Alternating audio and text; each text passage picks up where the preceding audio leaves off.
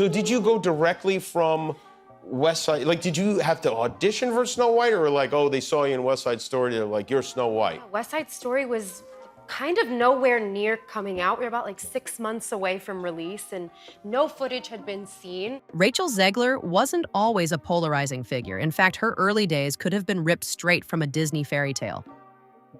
Bursting onto the scene with an angelic voice and wide-eyed ambition, she found herself cast in Steven Spielberg's West Side Story, a modern update on a timeless classic. Critics showered her with praise, describing her as a fresh, inspiring talent who radiated promise. She went from relative unknown to red carpet regular, almost overnight. At first, it seemed like destiny. Disney itself was craving a new face to lead their live-action adaptations, and Rachel fit that mold to perfection. She was young, driven, had a powerhouse singing voice, and most importantly, wasn't afraid to speak her mind. After her standout performances, rumors began circulating that she'd not only star in Snow White, but would also become a long-term fixture. It does seem like the media have got the throw her under the bus green light, though, when we're posting things like this. We're slagging her off behind the scenes, we're dropping all the information, and then reminding you of, her attacking the majority of the population of America when she posted F the Orange Man in future Disney ventures. The idea was to usher in a new era of modern princess films, ones that conveyed progressive messages and appealed to a broader audience.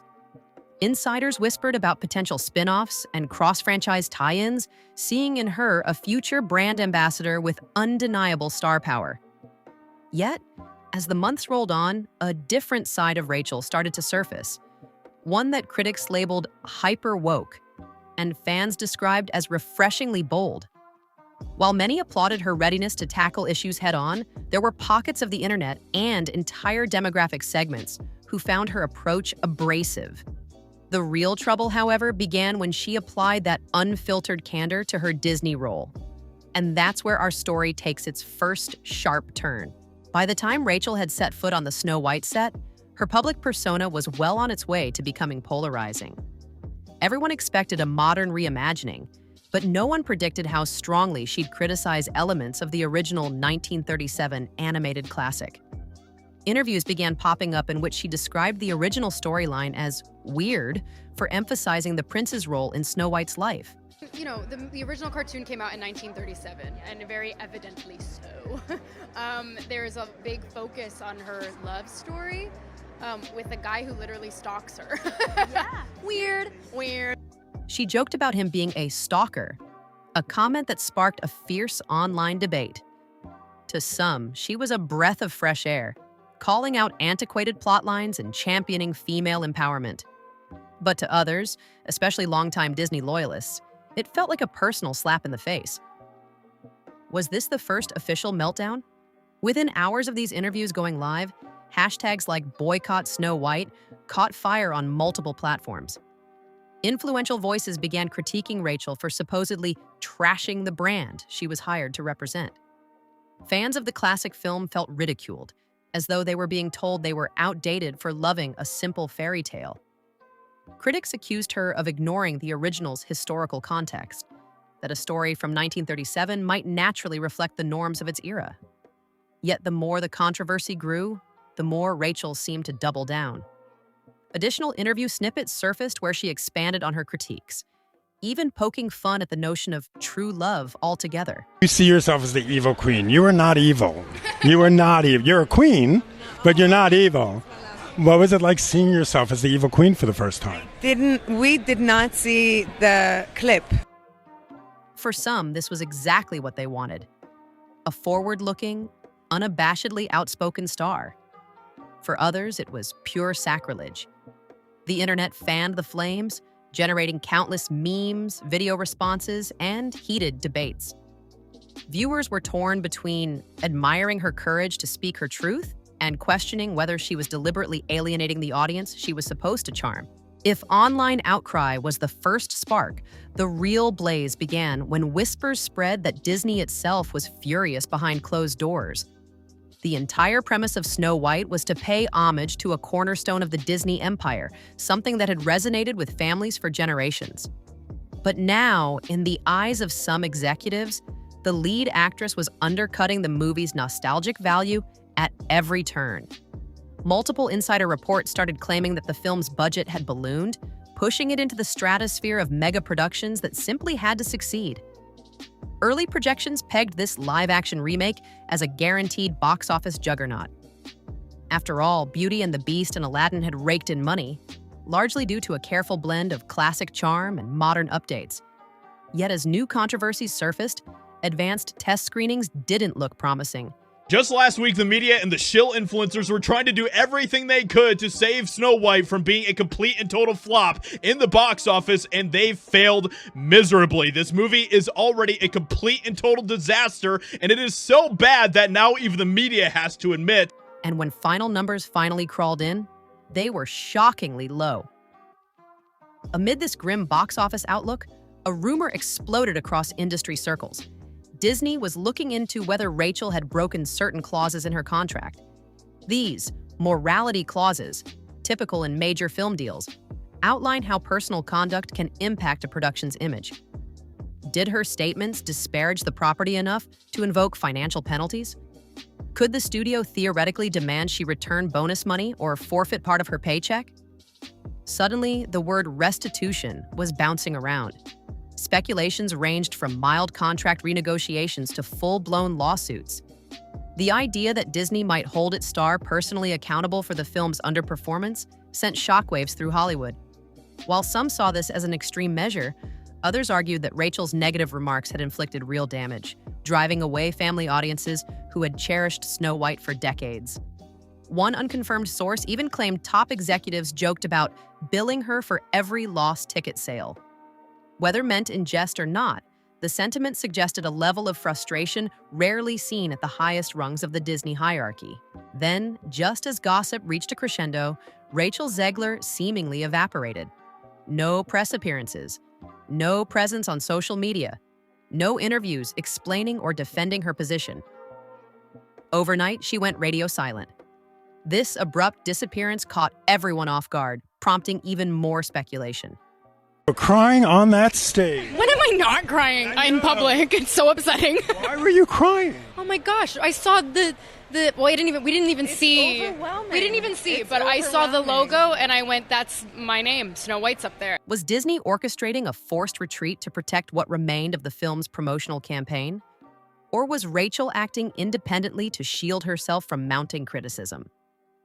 Around this time, rumors began circulating that she had boarded a plane bound for Dubai. Whether for leisure, work, or sanctuary, nobody knew. Yet the timing was suspiciously perfect. It happened right after news surfaced about emergency Disney meetings and potential legal recourse. Could she be dodging lawyers? The question arose in numerous social media posts, with armchair detectives sharing flight data and scouring every corner of the internet for updates. The hush-hush nature of her move only fueled the intrigue. In Hollywood, appearances are everything, and an extended absence when your film is in meltdown mode generally signals one of two things: a planned PR strategy to let controversies die down, or a sign that the star feels so besieged there's no safe way to show their face. Even those sympathetic to Rachel began to wonder if fleeing was the best course of action. Some fans insisted she just needed a break from the public eye, while others believed she was deliberately evading the legal and media firestorm. Either way, the result was the same. Every day she stayed hidden, the rumor mill churned harder, and the theories grew wilder. Snow White reviews are in. Snow White, how should we say? Data points are in, because we now know that it was a flop. As tongues kept wagging, a curious development took shape online. A perfectly polished apology statement appeared on Rachel's social media. Or was it really Rachel's voice? Observers immediately noticed that the post read like it had been assembled by a corporate PR team, sterile, carefully phrased, and far too generic to match her outspoken persona. Phrases like, "I deeply value the heritage of this timeless story," and "I regret any misunderstanding," replaced the raw fervor that had characterized her earlier interviews. The tone was suspiciously measured, devoid of any specifics or emotional nuance. For many, this apology actually made things worse. Critics argued that if Rachel had truly reconsidered her stance, she'd address people directly, name the controversies, and own her missteps. Instead, the statement glossed over the details, focusing instead on a broad expression of regret that felt aimed at corporate sponsors rather than Disney's fan base. Unsurprisingly, the public backlash only intensified. Viewers posted side-by-side comparisons of Rachel's fiery interviews and the new statement, calling it a stark contrast to her established personality. Even some who wanted to support her found the shift jarring. Was it possible that she truly had a change of heart? Maybe, but the absence of real emotion in the text led most to assume she was being muzzled by Disney's PR machine. This theory gained further traction when an insider leaked that the apology had been drafted by Disney lawyers in an attempt to mitigate financial losses. This thing was a disaster. It only made $43 million at the box office, which is really bad for a movie like this. I don't have the numbers at the top of my head, but I want to tell you, Cinderella, which was a number of years ago, don't forget how much inflation has happened. Allegedly, the note was rushed out in a last-ditch attempt to salvage audience goodwill, but it arrived too late and with the wrong tone. So how was Rachel actually handling all this? Rumors suggest not well. People claiming to be close to her confided that she was blindsided by the immense backlash, crying privately about the abrupt shift from Hollywood's sweetheart to internet's punching bag. There were even anecdotes about her being glued to her phone, watching an endless flood of negative tweets, memes, and scathing YouTube commentaries that dissected her every word. The mental toll, they say, was overwhelming. Meanwhile, her inner circle was allegedly in panic mode, scrambling for a strategy that might repair her reputation. Yet, these insiders reportedly couldn't agree on a single plan. Some wanted her to stage a heartfelt public apology, this time with real humility and personal accountability. Others worried that more public appearances would only feed the controversy. A separate faction urged her to simply lie low for a year or two, hoping audiences would move on to the next scandal. It was a fractured environment, one where every move risked triggering more headlines. And overshadowing all of this were unconfirmed but persistent reports that Disney was either planning or actively threatening legal measures. Like, it was a really, really, really bad flop. Now, things I do for you guys. I went to Snow White over the weekend. I took my kids. I'll tell you, I'm not sure who was more bored. One theory posited that the best move for Rachel might be to stay quiet and out of sight until any possible suit was settled or dropped. In that scenario, a public reemergence could simply hand lawyers new ammunition, especially if she made any remarks that could be interpreted as defamatory to the studio or the project. Few actresses have faced such an intricate knot of public fury, corporate demands, and possible legal peril all at once, and it was tearing her team apart at the seams. While Rachel's personal saga was brewing into a full-blown fiasco, the Snow White movie itself lumbered into theaters. The results were catastrophic. What should have been a glitzy, nostalgic crowd pleaser turned into a cautionary tale of what happens when a beloved legacy film aims for radical reinvention. Critics lambasted the script for lacking the original's charm and humor, and fans who once adored the 1937 classic found this new version almost unrecognizable. To many viewers, the heart and soul of the original Snow White was all but erased. Gone was the timeless sense of wonder, replaced instead by an overtly modern approach that felt jarring. Audience members who had grown up loving the gentle princess, the comedic dwarves, and the sweeping romance were stunned by the stark pivot in tone. This is one of the one days of the year, this and SantaCon, that I don't go out. Oh, because you're scared? Oh. Well, it gets very rowdy. I live in an area with a lot of bars and restaurants. Initially, Disney executives seemed confident that updating the storyline would appeal to a new generation. However, they either miscalculated the audience's appetite for change or failed to market the film effectively, or both. As word of mouth turned sour, box office numbers plummeted. Theater lobbies were far quieter than executives had anticipated. Even international markets, which sometimes prop up underperforming US releases, showed minimal interest. The pandemic climate didn't help, but critics argued that the real culprit was a misguided creative direction and a mounting online campaign branding the film as anti-classic.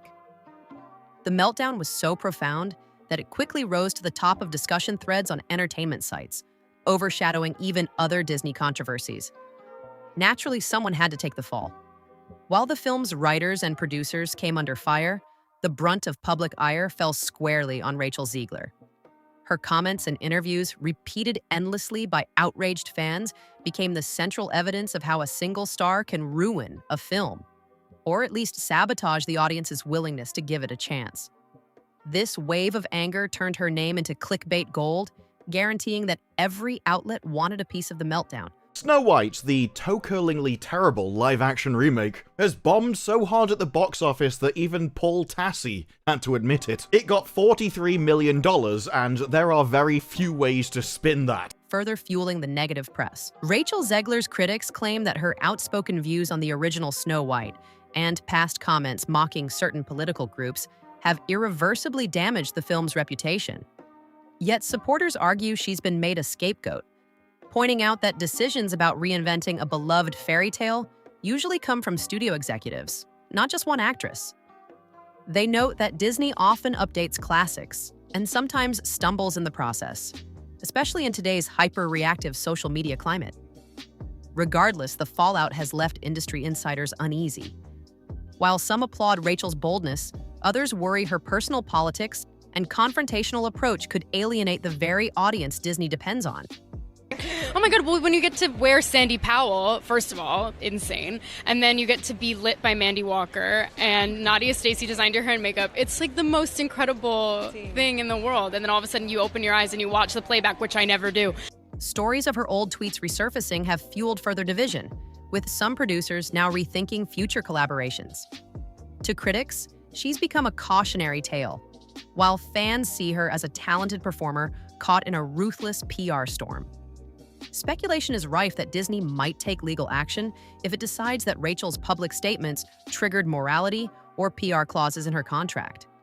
Observers say that would be an extreme step, risking more public backlash for appearing to punish a star over her personal opinions. However, if the studio has grounds to claim financial harm, it could theoretically pursue monetary compensation or other penalties. On the other hand, there's a chance for redemption if Rachel can navigate this crisis and offer a sincere, relatable apology. Hollywood is full of comeback stories, and audiences are often open to forgiving stars who show genuine growth. Yet with her sudden disappearance fueling talk of secret overseas escapes, it's unclear whether Rachel will attempt to fix her relationship with Disney and the public, or if she'll remain out of sight indefinitely.